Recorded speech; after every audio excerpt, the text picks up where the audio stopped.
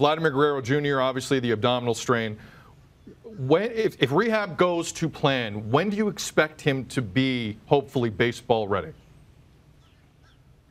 I thought you prefaced that with, you do get me on every day, and there was something new I was unaware of in the contract. So, no, you're safe. Since you don't get me on every day, Vladdy is going through what many young players go through, which are you're going to go through some challenges, you're going to go through some setbacks along the way. I think in this instance, fortunately, it's one that's not extremely serious. Every one of those is an opportunity for a player to learn, to develop and grow, and hopefully form a foundation for routines, preparation that make him a complete player at the major league level. This is certainly not the way we had hoped his spring would have gone, but it doesn't at all detract from our expectations for him to be an impact player for us in the future, and hopefully, a big-time contributor that stands out not just for the Blue Jays, but for all of Major League Baseball.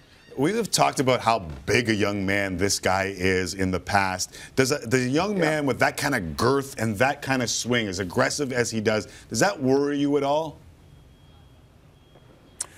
Those aren't the things I've thought about. I think, you need to build an understanding of what it takes to condition, to develop routines at the major league level. Hopefully this is going to be one opportunity for him to make an adjustment, and that's just like a player that goes through a slump at the major league level, a player that gets a pitch repertoire hit that needs to change the way he's attacking hitters.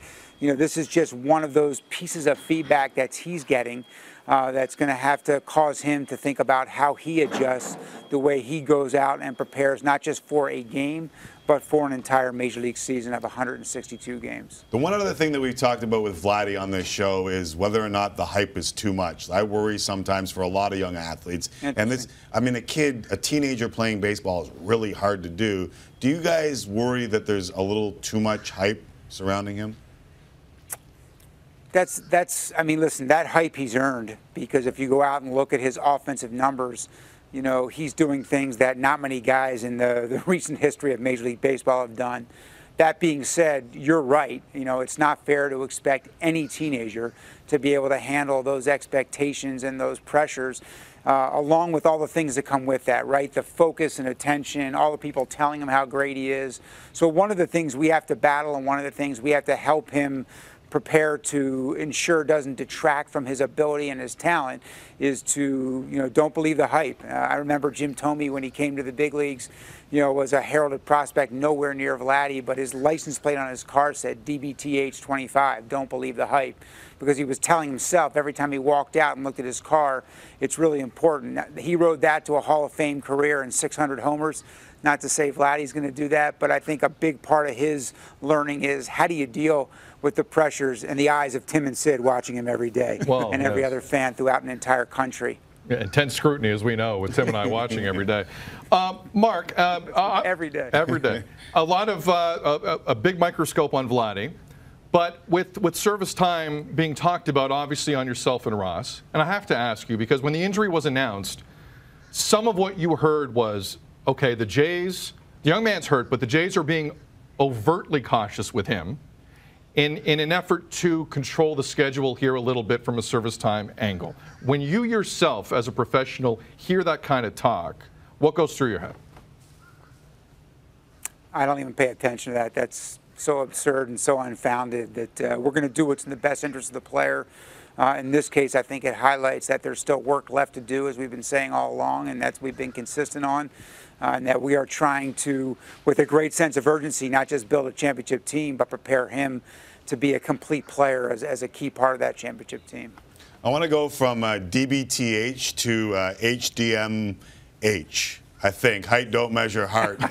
Let's stick with four-letter acronym. Yes, let's try. Complicated. I heard you say earlier today that Marcus Stroman is, quote, the kind of player we want in our clubhouse. Why hasn't he got a long-term contract if that is indeed the case? Well, there are a ton of variables that go into longer-term contracts, including both sides is, sharing risk and understanding what those risks are and agreeing that the threshold for risk is something they both want to do.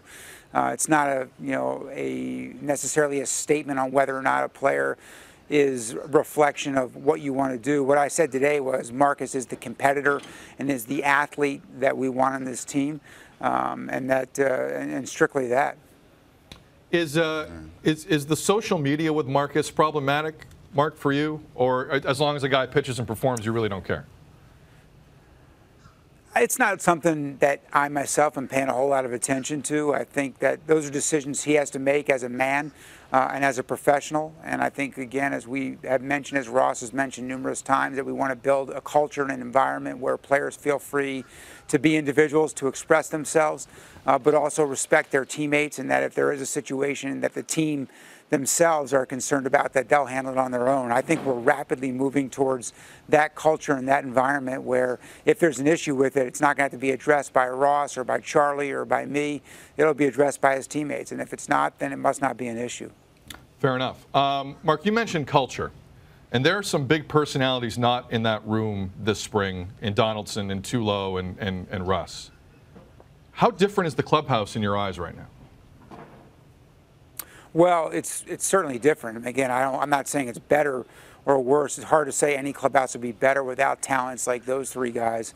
But it's different. I mean, we've got a different manager, a different coaching staff, except for a few guys, and a lot of younger players. So we are quickly a team that's emerging with an identity. It's a team that you can see a lot of incredibly strong values that are demonstrating themselves on a daily basis, even from whether it's from a Justin Smoke or a Kevin Pillar taking the next step maybe and asserting themselves as leaders, or it's young players like a Danny Jansen or a Ryan Barucki, and just the way they go about their business, the level of professionalism that they exhibit on a daily basis is exceptional and really far above what you would expect for a player of their experience. Mark, I know you just brought in Clay Buchholz at a pretty good price, if I may say so. But as you know, there's still a lot of guys out there. Are you tempted at this stage of spring, with whatever funds you may have available, to try and dip back into that, considering the names that might be available? Yeah, I mean, those are good questions. I think we certainly monitor the guys that are still out there. There are places where we would can clearly add if the right fit and the right value is out there. But there are other places where, even if there's a veteran major league player, we need to play our young players. And part of our advancement as a young team to a championship team, a sustainable championship team, is dependent upon transitioning players to the major league level and then going through the final stages of development, which you can't simulate at AAA. There is no ability to simulate the major league environment, the major league pressures, the major league anxieties that come with players when they become major league players. So that's got to happen at the big league level, and that's going to happen with a bunch of players. It started to happen halfway through last year. It's going to happen with the same guys and the next wave of guys over this year and next. Hey, before we let you go, I know when you hire a guy, you try and ask all the right questions, you talk to enough people, and they give you the reputation. Now you've had a chance to see Charlie Montoyo up close and personal. What have you changed? What have you seen that has made you think that either this is the right hire, or what has he changed in the clubhouse? Man, it's been so seamless. If you came out here and watched the field behind me during batting practice, you'd have a hard time spotting him because he's throwing BP, he's hitting fungos, he's out in the outfield talking to our guys. He's one of the hardest working guys out here. But even more than that, he's warm, he's authentic, he's so genuine in the way he connects with our players. So I think he's made the transition so incredibly smooth just because he's made it such a positive place to come and work. And in baseball, leadership really does translate to bringing that positive energy, that positive attitude every day. It is a game where it's 162 games, in 185, 186 days. We're down here for 40 days before that. A guy that can bring joy to the job, a guy that brings joy to the ballpark and creates that positive energy around the team, has such an incredible exponential power over not just his staff, but over our players. So I think to see that in action from Charlie, after having hoped that would be there from an interview process and having talked to people, has been incredibly encouraging. Mark, TYVM, thank you very much.